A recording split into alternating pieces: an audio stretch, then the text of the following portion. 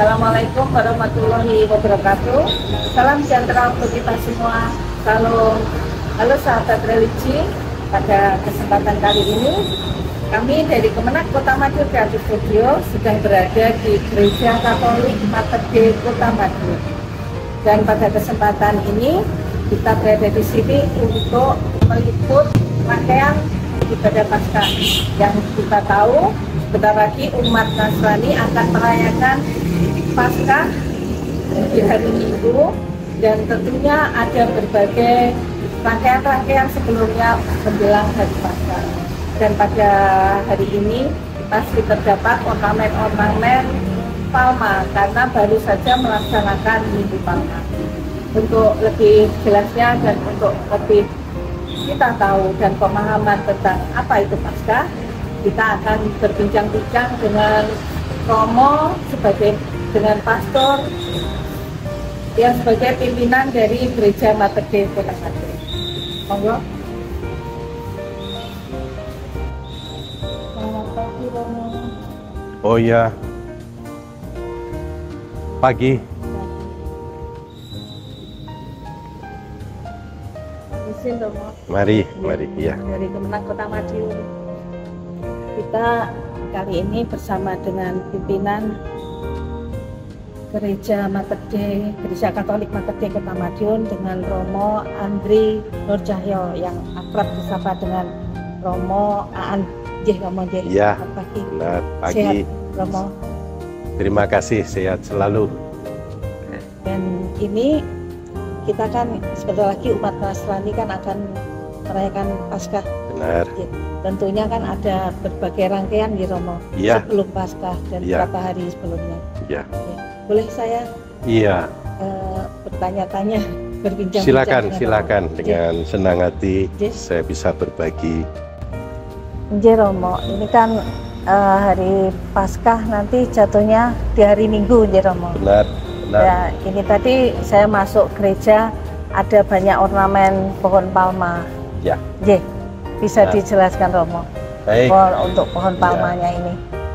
Jadi memang di Gereja Katolik saat ini merupakan puncak iman dari Gereja Katolik yang dirayakan selama 40 hari. Kami ini mempersiapkan dengan masa Prapaskah. Prapaskah. Iya. Dan mulai hari Minggu kemarin kita ada dalam bagian Pekan Suci. Ada Minggu Palma, ada Kamis Putih, Jumat Agung, lalu malam Paskah, Ya, hari Sabtunya. hari Sabtu malam, dan Minggu Paskah. Oh, Minggu Paskah. Iya, memang untuk rangkaian peristiwa-peristiwa iman kami itu cukup padat dibandingkan dengan Natal. Ya. Tapi yang sebenarnya yang menjadi dasar dan puncak dari iman justru pada Paskah. Paskah. Iya, memang kalau di di luar itu gemebiarnya itu lebih pada Natal. Mungkin karena mendekati tahun baru. Iya. Kalau minggu kemarin kami baru memasuki masa Pekan Suci dengan Minggu Palma. Itu teologinya adalah mengenang Yesus Kristus memasuki kota Yerusalem. Kota Yerusalem. Iya.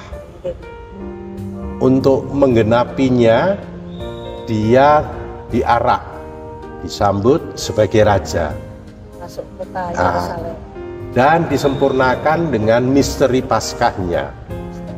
Ya, misteri Paskah ini berarti tidak bisa dilepaskan dari sengsara wafat. Ya, nah saat di Yerusalem dalam cerita-cerita yang ada dalam kitab suci Perjanjian Baru, itu memang ada kisah di mana dia disambut oleh khalayak. Dan iya, itu memakai daun palma. Iya. Dari pohon palma. Iya, benar. Begitu. Maka kami juga menyambut dia sebagai raja. Tetapi raja yang bukan memakai kekuasaannya untuk menyelamatkan dirinya, tapi untuk menyelamatkan orang lain, manusia. Walaupun dia tetap ditolak dan tidak diakui sebagai anak Allah. Nah, tetapi dia tetap memasuki kota Yerusalem tersebut dan dia menerima peristiwa itu karena dia harus menggenapinya sampai menyatakan tentang misteri wafat dan kebangkitannya itu. Nah, maka memang ini ornamen, dekor, nampak sekali daun palma lebih kental. Nanti hari Kamis akan lebih pada nuansa putih. Nuansa putih. Ya. Kamis putih. Kamis putih itu sebenarnya upacara untuk mengenang perjamuan malam terakhir Yesus sebagai guru dengan para muridnya. Oh, seperti yang ada di lukisan. Benar, iya. Itu sangat penting karena perjamuan terakhir itu menandakan dia akan memberikan hidupnya dan dengan kasih korbannya itu, dan dia juga memberikan tanda sebagai ingatan iman bagi kami adalah ketika memberikan hidup adalah dengan melayani. Dan itu kemudian ada bagian upacara pembasuhan kaki. Dia mencuci kaki para muridnya. Oh, Yesus ya? Iya. Dia mau menunjukkan inilah raja yang memimpin adalah melayani. Dan itu berarti berkorban, memberikan diri. Iya, dan itu bisa akan menjadi teladan untuk kasih. Kemudian selanjutnya adalah Jumat Agung. Iya, itu adalah peristiwa mengenang sengsara wafat Tuhannya. Iya, begitu. Dan Sabtunya baru kemudian kita seperti tirakatan malam Paskah itu, Vigili. Jadi kita mengenang akan kebangkitan Tuhan. Iya. Itu ada simbol-simbol yang lebih banyak lagi nanti. Dan baru minggunya adalah Paskah. Minggu kebangkitan Paskah. Iya. Berarti Sabtu itu tidak ada ibadah? Ada malam. Ada. Misanya ada. Dan itu yang paling panjang dari durasi waktu. Iya. Terus ini ngomong sebelum mulai Minggu Palma ya? Iya. Kan waktu kita bulan puasa itu ada ngomong yang Rabu Abu. Rabu Abu benar, itu menandai masa Prapaskah. Iya. Itu adalah menandai kami memulai masa Paskah. Jadi sebelum Paskah. Bahwa dengan ditandai abu pada dahi kami, itu mau menunjukkan bahwa kami manusia itu adalah makhluk yang fana, yang rapuh, yang nantinya akan menjadi abu, mati, menyatu dengan tanah. Nah, dengan itu diangkatlah semangat pertobatan.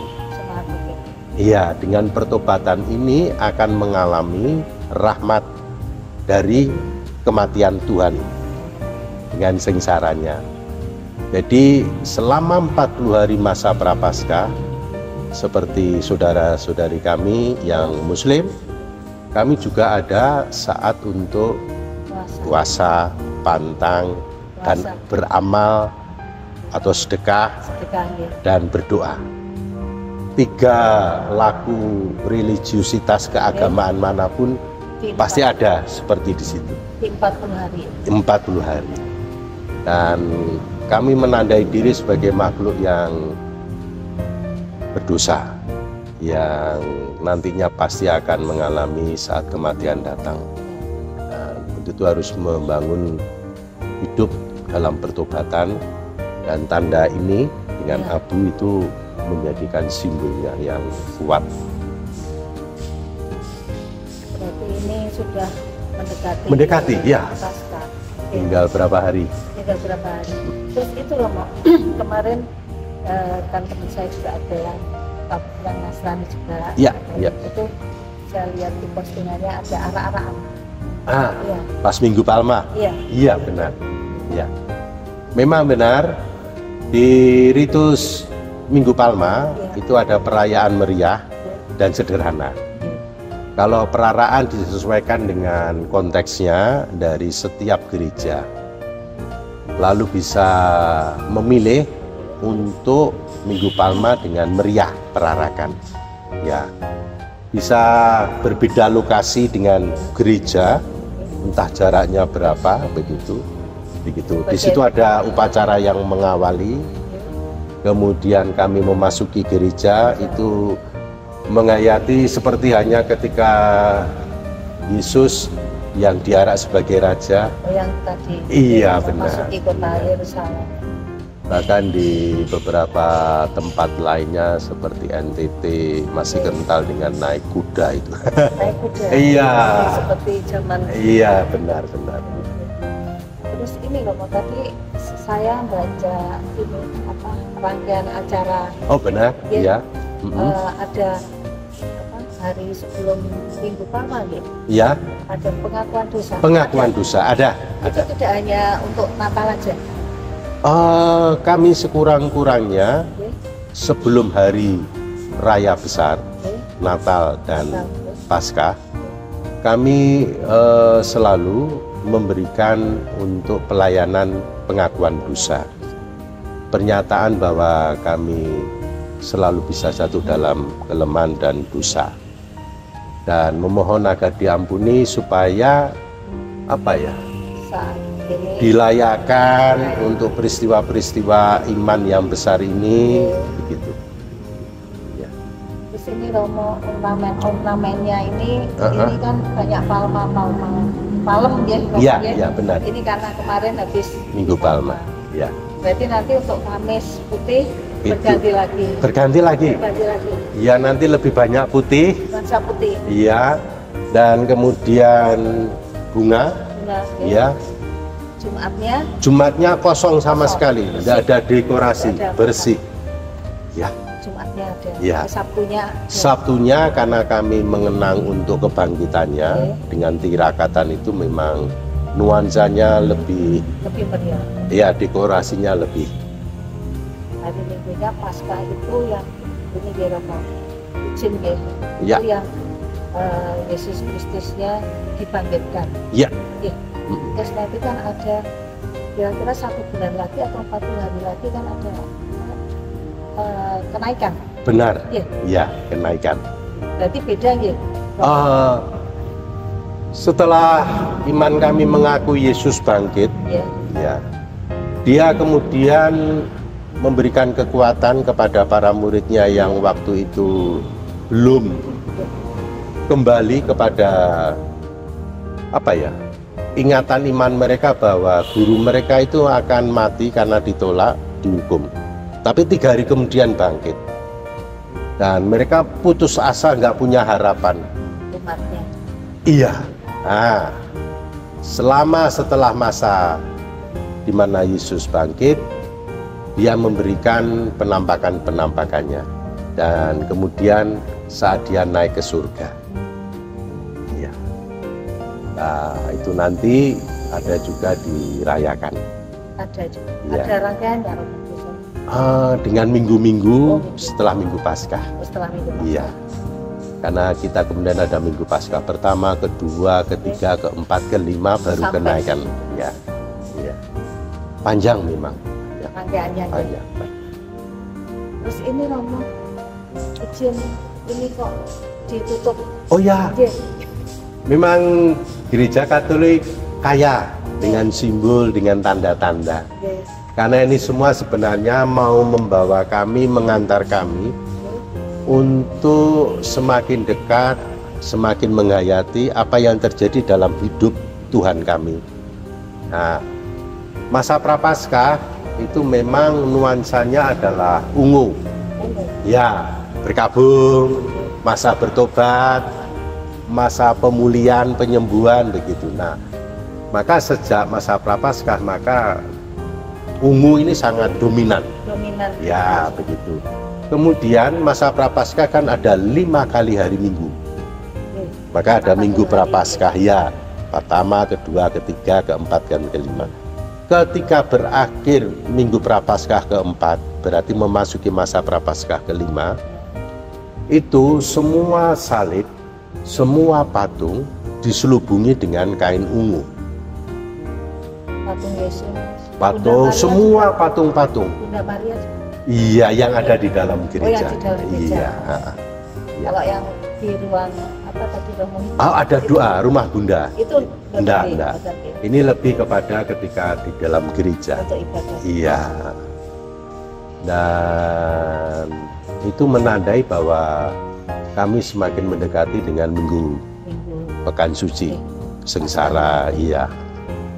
Dan ketika Jumat Agung nanti, selubung ungu, kain ungu ini, di salib-salib ini akan dibuka. Untuk patung-patung sampai hari Sabtunya. Oh, patung-patung sampai Sabtu. Iya, sebelum dimulai malam Paskah. Ya. Berarti ini Jumat masih tertutup. Untuk patung-patung ya. Nanti waktu Jumat ada ibadat penghormatan salib itu nanti akan dibuka. Iya. Berarti hari Minggunya yang sudah semua, sudah meriah. Nanti ornamennya berbeda lagi. Iya. Iya. Lebih pada dekorasi bunga, warna. Yang lebih. Iya. Iya. Terus ini Romo yang ada simbol apa? Telur ya biasanya kalau Paskah. Oh ya. Itu sebagai simbol. Iya, itu hidup baru ya. Iya. Sebenarnya kalau dari dasarnya ya lebih kepada ini ya, makam. Ya, makam. Kalau untuk telur itu kan dalam perkembangan ya. Telur itu menyimbolkan di mana ada kehidupan baru, kelahiran begitu. Tapi sebenarnya yang lebih kuat adalah kepada makam. Iya, kan makam terbuka. Iya. Dan di situ tidak ditemukan indikasi makamnya itu seperti dirampok, diambil, dicuri jenazahnya. Iya. Untuk makam-makam. Oh enggak. Ini untuk simbol dari kebangkitan itu ya. Iya. Mau menjelaskan tentang simbol yang paling kuat di Paskah yaitu bahwa makam Yesus itu iya kan pintunya terbuka. Padahal itu kan batu besar begitu. Batu besar. Kalau telur itu berkembang, iya, tambahan. Semakin semuanya semakin benar ya. Banyak ilustrasi. Iya benar. Terus ini Romo berarti sakral apa? Iya, tabernakel, ya almari, ya. Itu almari kan? Iya, itu kita menyebutnya tabernakel. Oh, tabernakel. Iya, jadi seperti lemari. Nah, itu kami mengimani ketika ada perjamuan dalam misa, di mana ada pemberian hidup Yesus itu yang disimbolkan dengan pemberian tubuh dan darahnya dalam rupa roti, kemudian anggur. Setelah menerima itu semua, tubuh Kristus yang berwujud roti, tapi kami mengimani Dia ada hadir di situ. Disitulah sakramen Ekaristi ini kami hormati dengan disimpan di tempat yang khusus. Iya. Tempat yang suci. Iya. Disimbolkan di lemari. Di lemari dimasukkan di dalam. Nah, terbuka. Karena kita membutuhkan untuk bagaimana mempersiapkan ibadahnya yang tiap upacara ini selalu ada yang membersihkan, ada yang mendekor, ada yang latihan. Tentulah tidak pantas kalau sakramennya itu masih ada di sini. Maka kami kemudian memindahkan di tempat yang di mana keheningan terjaga, tidak menjadi lalu lalang di sekitarnya. Ya, maka juga harus ada penandaan terbuka. Ya. Terus nanti selesai. Kalau menjelang upacara nanti dimasukkan, ya, tutup kembali. Cukup rinci rumit. Banyak rangkaian. Waduh, ya. Kita ini adalah kunjungan kami yang kedua ke gereja Romo. Oke. Ya. Yang pertama dulu kita ke Santo Cornelius. Oh, Cornelius ya, paroki Cornelius. Natal. Ya. Dan kan untuk Paskah kita ambil di sini. Baik, terima kasih. Gereja Katolik ada 2 di Romo. Di Madiun ya. Romo ada yang mau disampaikan untuk umat Nasrani. Oh ya. Tentunya kunjungan dari teman-teman Kemenak Kota Madiun ini satu pasti, inilah yang memang harus menjadi pewartaan kalau kita ngomong berita-berita yang mengangkat nilai-nilai dari religiusitas setiap agama apapun, dan bagaimana dari pemerintah yang secara khusus Kemenak ini menjadi pelaku dari pemerintah yang menjadi menerima keberagaman, keberbedaan dan agama-agama apapun. Dan inilah yang menurut saya memang harus selalu menjadi kekuatan kebersamaan NKRI, supaya dialog semacam ini, pengetahuan untuk penghargaan, menjaga rasa persaudaraan, broadcast semacam ini sangat baik, sangat baik. Dan tentu ini dari Ibu bersama teman-teman. Mungkin nanti bisa juga di tempat-tempat lain akan terjadi yang sama. Karena dengan demikian kan juga mengindikasikan bagaimana kehidupan beragama di Kota Madiun, baik kabupaten maupun kota ya, bahwa di sini suasana persaudaraan sejati terjadi, begitu ya. Bagaimana pemerintah mengayomi hak untuk beragama, memberikan keamanan, kenyamanan, ya. Bahkan juga mungkin kami beberapa kali dapat bantuan untuk pembinaan dari program dari Kemenak, baik kota maupun kabupaten. Ya, apa yang terjadi dalam programnya Kemenak untuk ikut memberdayakan di setiap elemen apapun termasuk di agama, itu juga menjadi perwujudan bahwa inilah pemerintah yang menjadi untuk semuanya. Iya. Moderasi beragama, Romo. Iya. Kalau di Kementerian Agama, moderasi beragama. Moderasi beragama itu ya salah satunya kan toleransi antar umat beragama. Benar, ya. Dan juga apa itu kemarin yang kearifan lokal. Kearifan lokal, ya. Salah satunya, salah duanya tadi. Ya. Begitu. Jadi terima kasih kunjungannya, dan semoga kami umat Katolik di Kota Madiun menjadi bagian dalam kebersamaan untuk toleransi, kearifan lokal, secara khusus di Kota Madiun. Dan tentunya selamat Paskah.